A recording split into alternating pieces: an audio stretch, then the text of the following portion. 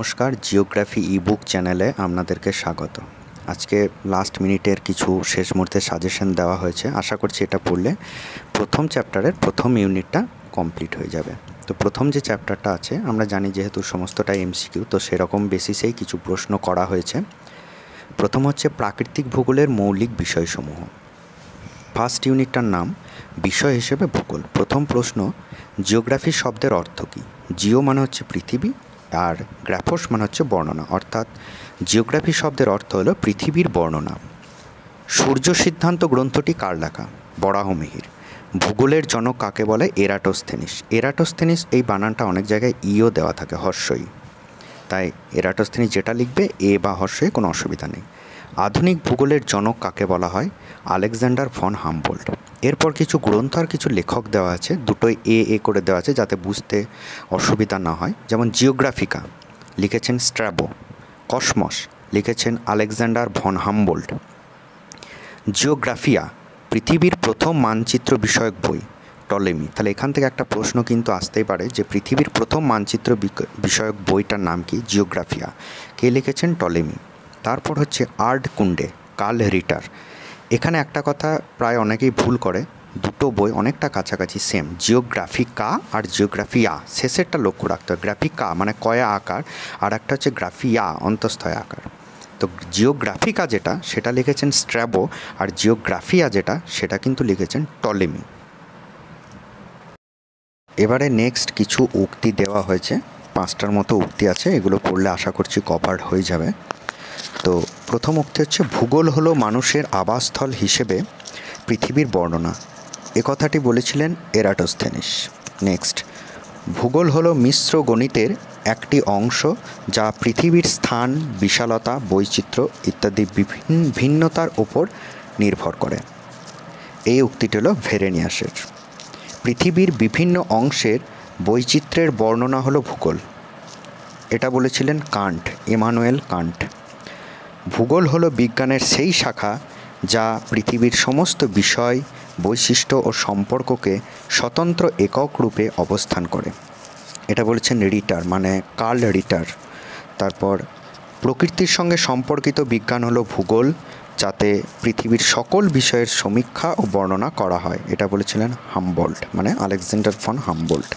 তো এই উক্তিগুলি পড়লে দেখবে প্রত্যেকটা আমার নিচে যে উক্তিগুলি যিনি বলেছেন তার নিচে একটা করে রেড কালার আন্ডারলাইন করা আছে, উক্তিগুলো একবার করে দেখে নেবে।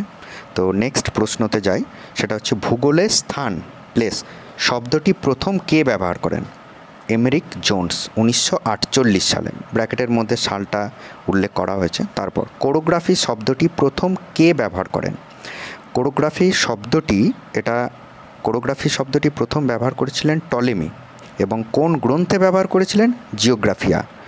তো আগেই বললাম জিওগ্রাফিকা আর জিওগ্রাফিয়া, টলেমির জিওগ্রাফিয়া। তো এখান থেকে দুটো প্রশ্ন হতে পারে, এমনও হতে পারে যে কোরিওগ্রাফি কথাটি প্রথম কোন গ্রন্থে পাওয়া যায়, তাহলে হবে কিন্তু জিওগ্রাফিয়া। আর কোরিওগ্রাফি শব্দটি প্রথম কে ব্যবহার করেন, তাহলে হবে টলেমি। নেক্সট, সকল বিজ্ঞানের জননী কাকে বলা হয়? সকল বিজ্ঞানের জননী বলা হয় ভূগোলকে। নেক্সট প্রশ্ন, মেটেরোলজি শব্দটি প্রথম কে ব্যবহার করেন? অ্যারিস্টটল। কোন বিশ্ববিদ্যালয়ে প্রথম ভূগোল চর্চা শুরু হয়? কেমব্রিজ বিশ্ববিদ্যালয়, 1888 সালে। পৃথিবীর কোন বিশ্ববিদ্যালয়ে প্রথম ভূগোল বিভাগ চালু হয়? অক্সফোর্ড বিশ্ববিদ্যালয়, 1889 সালে। দুটো কথা কিন্তু আলাদা, একটা হচ্ছে বিশ্ববিদ্যালয়ে প্রথম ভূগোল চর্চা শুরু হয়, আর একটা বিশ্ববিদ্যালয়ে প্রথম ভূগোল বিভাগ চালু হয়। ভূগোল বিভাগ মানে জিওগ্রাফি ডিপার্টমেন্ট চালু হয়, সেটা কিন্তু অক্সফোর্ড। আর প্রথম ভূগোল চর্চা শুরু হয় কিন্তু কেমব্রিজে। আর ভারতে প্রথম ভূগোল চর্চা শুরু হয় সেটা হচ্ছে আলিগড় মুসলিম ইউনিভার্সিটি, 1927 সালে। নেক্সট, পশ্চিমবঙ্গের প্রথম ভূগোল চর্চা শুরু হয় কলকাতা বিশ্ববিদ্যালয়, 1953 সালে। তো চারটে কথা, প্রথম বিশ্ববিদ্যালয়ে প্রথম ভূগোল চর্চা শুরু হয়, আর ভূগোল কোথায় মানে বিভাগ প্রথম কোথায় চালু হয়, নেক্সট ভারতের কোথায় চালু হয়, আর পশ্চিমবঙ্গের কোথায় চালু হয়। নেক্সট প্রশ্ন, কোরিওলজি কি শব্দটি প্রথম কে ব্যবহার করেন? কোরিওলজি হচ্ছে সেই সমস্ত শাস্ত্রে যার মধ্যে আমরা পৃথিবীর একটা নির্দিষ্ট অঞ্চলের বিভিন্ন ভৌগোলিক উপাদানগুলির পারস্পরিক সম্পর্ক বিশ্লেষণ করি, তাকেই বলবো কোরিওলজি। এই শব্দটি প্রথম ব্যবহার করেছিলেন স্ট্র্যাবো। আর কোরোলজি এই শব্দটি, এই টার্মটি প্রথম জনপ্রিয় করে তোলেন ভন রিচতোফেন। ঠিক আছে। ভূগোল শাস্ত্রের মূল বিষয় কি? মানুষ ও প্রকৃতির মধ্যে সম্পর্কই হলো কিন্তু ভূগোল শাস্ত্রের মূল বিষয়। প্রশ্ন, কিছু জনক দেওয়া আছে, মানে কোন ভূগোলের কি জনক, এগুলো আসতে পারে, একবার দেখে নেবে। তো নেক্সট, সামাজিক ভূগোলের জনককে? David Harvey. সাংস্কৃতিক ভূগোলের পথিকৃৎকে, মানে জনক বলা যায়, কার্ল ও সয়ার। রাজনৈতিক ভূগোলের প্রবক্তাকে বা জনককে বা পথিকৃৎকে? সেটা হচ্ছে ম্যাকেন্ডার, হুইটলেসি, এগুলো। নেক্সট প্রশ্ন, ভৌগোলিক তথ্য ব্যবস্থাকে সংক্ষেপে কি বলা হয়? GIS. GIS full form geographical information system. Next, anthropogeography বইটির লেখককে? Frederic Ratzel. নেক্সট, ভারতীয় ভূগোলের জনককে? এটা মাথায় রাখবে, তিনি হলেন ডক্টর শিবপ্রসাদ চট্টোপাধ্যায়। নেক্সট, ভূমিরূপ বিদ্যার জনক কাকে বলা হয়? WM ডেভিস, মানে উইলিয়াম মরিস ডেভিস।